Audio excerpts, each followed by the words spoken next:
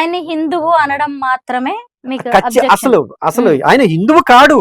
అది సాయి భక్తులు కూడా మొక్కుంటారు, అంటే ఒప్పుకుంటారు వాళ్ళు. అవును, అసలు హిందువు కానివాడిని మనం నెత్తినెక్కించుకోవాల్సిన పని ఏంటి అనేది మిగతా అందరు దేవుళ్ళతో పాటు ఆయన కూడా పూజిస్తున్నాం, ఆయన కూడా ప్రార్థిస్తున్నాం. అదే ఎందుకు అంటున్నా, ఏంటి రీజన్? వ్యక్తిగత ఇష్టాలు కదా, అదే ఎందుకు అంటున్నా. మళ్ళీ అక్కడికే వస్తున్నాను. మీకు ఆయన గురించి ఏమీ తెలియదండి, ఆ బుక్ ప్రమాణం కాదండి. ఆయన ఒక మహమ్మదీయుడండి. మహమ్మదీయ మతంలో వేరే వాళ్ళని మొక్కరండి. మీరు మా ఇంటికి రారండి, నేను మీ ఇంటికి ఎందుకు రావాలండి చెప్పండి నాకు. Simple question. మీరు మా ఇంటికి వస్తే నేను మీకు గౌరవించి నేను మీ ఇంటికి వస్తా. జనరల్ గా అందరం చేస్తామా లేదా? మరి మీరు మా ఇంటికి అసలు రానప్పుడు నేను ఏ మొహంతో మీ ఇంటికి వచ్చి మీ ఇంట్లో కూర్చుంటున్నాను చెప్పండి. అలా కూర్చుంటే నాకు మీరు ఇచ్చే గౌరవం ఎంత? ఈ రోజు హిందువులని ముస్లింలు అలా చూస్తున్నారు సాయిబాబా విషయంలో. మనకు అనవసరం కదా, ఖచ్చితంగా కావాలి. ఎందుకొద్దు? మన మతాన్ని, మన ఇష్టాలని, మన అభిప్రాయాలని మనం గౌరవించు. మన జీవితం మనం ఇలా సాగుతున్నప్పుడు వేరే వాళ్ళతో మనల్ని మనం ఎందుకు పోల్చు? అది మన మతం వరకు పెట్టుకుంటే బాగుంటది. మీ ఇంటి తాలూకు సమస్య మీ ఇంటి వరకు పెట్టుకోండి. మీరు పక్కింట్లో దూరిన తర్వాత మీ ఇంటి తాలూకు సమస్య అంటే ఎలా అవుతుంది? మహమ్మదీయని తీసుకొచ్చి మన ఇంట్లో మన మతంలో కూర్చుని పెట్టి ఇది మన మతానికి సంబంధించిన సమస్యను మీరు ఎలా మాట్లాడతారు? ఒక ఇంటికో ఒక గుడికో మాత్రమే పరిమితం అవుతుంది కదా.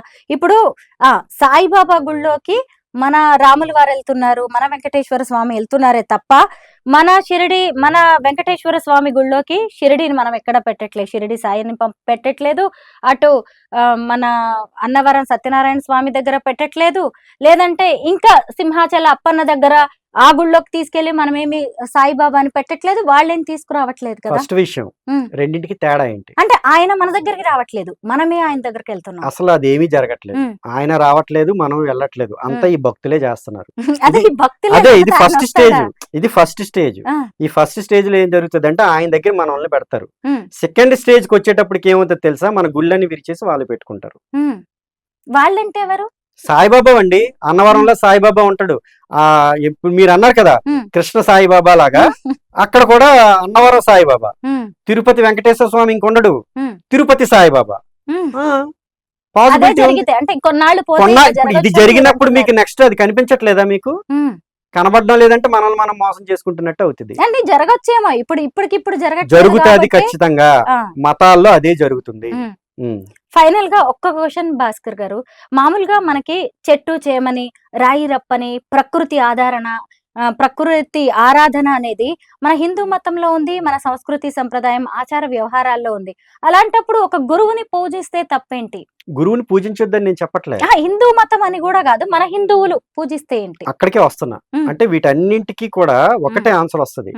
మన ఏదైతే మన హిందూ మతం ఉందో ఆ హిందూ మతానికి ఇస్లాం మతానికి కొన్ని తేడాలు ఉన్నాయి. మనం ఏం చేస్తాం, మన సృష్టి మొత్తంలో కూడా సృష్టికర్త ఒక భాగం. దేవుడు అక్కడ లేడు ఇక్కడ లేడని కదా, అన్నిటా ఉన్నాడని మనం అనుకుంటాం. కానీ ఇస్లాం మతంలో ఎలా ఉంటది తెలుసా? సృష్టి వేరు, సృష్టికర్త వేరు. సృష్టిని మీరు పూజించకూడదు. మనం రాయిని రప్పని ఇవన్నిటిని మనం పూజిస్తాం. కానీ ఆయన మహమ్మదీయుడు కదా సాయిబాబా, ఆయన సృష్టిని పూజించమని చెప్పడు. మరి సృష్టిని పూజించొద్దు అని ఆయన అనుకునే పర్సన్ తీసుకొచ్చి రాయిని రప్పని పూజించే మనం సాయిబాబాని తీసుకొచ్చి ఎలా పూజిస్తామండి? రెండింటికి తేడా కనిపించట్లేదా? ఆయనే చెప్తున్నాడు నేను అల్లాకి బానిసని అని. అంటే ఆయన ఒక మహమ్మదీయ మతాన్ని పాటిస్తున్నాడు. ఆయన మనం ఎలా చేస్తున్నాం? రాయిని రప్పని పూజించడం, మహమ్మదీయని పూజించడం ఒకటేనా? అంటే అవేర్నెస్ లేక కావచ్చేమో, అవగాహన లోపం కావచ్చేమో.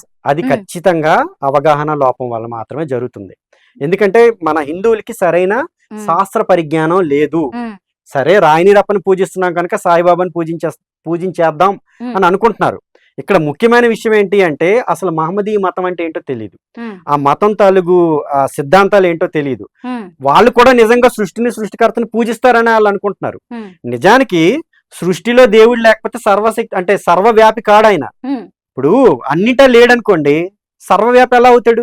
అంటే కామన్ గా వచ్చే ఒక డౌట్ అన్నమాట. కానీ దానికి వాళ్ళు ఒప్పుకోరు, ఇస్లాం వాళ్ళు ఒప్పుకోరు. వాళ్ళు ఏమంటారంటే మా తాలూకు అల్లా అనే ఆయన ఒక ఏంటది మొత్తం అంతా ఉంటాడు, కానీ కాళ్ళు అనేవి ఒక అర్ష్ అంటారు. అంటే ఒక కుర్చీ మీద, కింద భూమి మీద కాళ్ళు ఉంటాయి, ఒక కుర్చీలో కూర్చుంటాడు అని. కుర్చీలో కూర్చుంటే ఆకారం ఉంటది. ఆకారం అంటే ఏ ఆకారమో మనకు తెలియదు, కానీ ఆకారం ఉంటది కదా. ఆకారం ఉందంటే అర్థం ఏంటి? సర్వవ్యాపి కాదు అని. అంటే నేను దీనికి బందీ అయిపోయాను, ఇంతకన్నా నేను లేను. సో సర్వవ్యాపి కాదు. ఈ సర్వవ్యాపి, సర్వశక్తిమంతుడు, సర్వజ్ఞుడు ఇవన్నీ కూడా ఒక భగవంతునికి ఉండాల్సిన లక్షణాలు. అంటే ఇది వేరే టాపిక్. వీటి గురించి మనం మాట్లాడితే అక్కడ ఉన్న దేవుళ్ళకి ఇవన్నీ ఉన్నాయా అంటే లేవనే చెప్పొచ్చు. వీటి మీద కూడా చాలా డిబేట్స్ అవన్నీ జరిగాయి. బట్ మనం అంత డీప్ గా వెళ్లాల్సిన పని లేదు. కానీ అంటే నేను ఇక్కడ అనేది ఏంటంటే సృష్టి వేరు, సృష్టికర్త వేరు.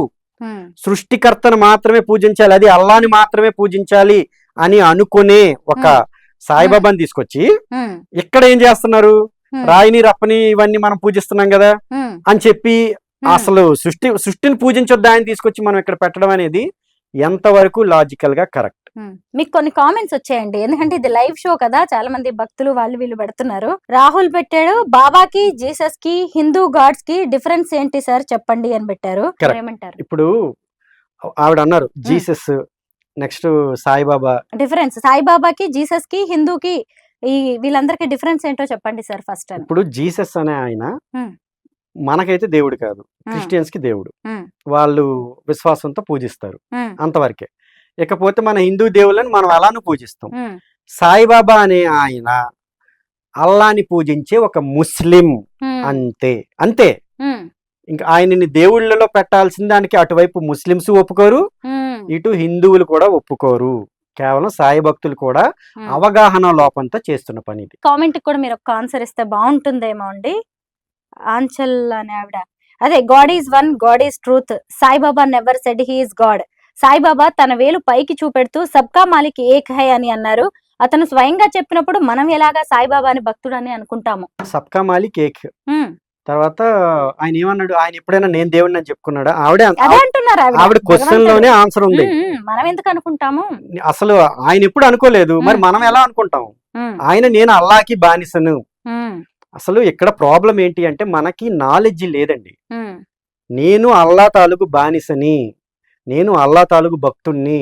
అందరికీ ఇప్పుడు ఆయన దగ్గరికి వచ్చిన హిందువులకి, ముస్లిమ్స్ కి, అందరికీ కూడా దేవుడు అల్లానే. నీ రాముడు కాదు, నీ కృష్ణుడు కాదు, నీ శివుడు కాదు. ఈయన చెప్పిన మాటలు అవి. పైకి చూపించి గాడ్ ఒక్కడే, ఆయన దృష్టిలో ఆయన అల్లానే. ఆయన దృష్టిలో అల్లానే, మన దేవుళ్ళు కాదు. అది ఈయన కూడా కాదు. ముఖ్యమైన విషయం ఈయన కూడా కాదు. ఆయన చెప్తున్నాడు అల్లా, ఈయనైతే అసలు కానే కాదు.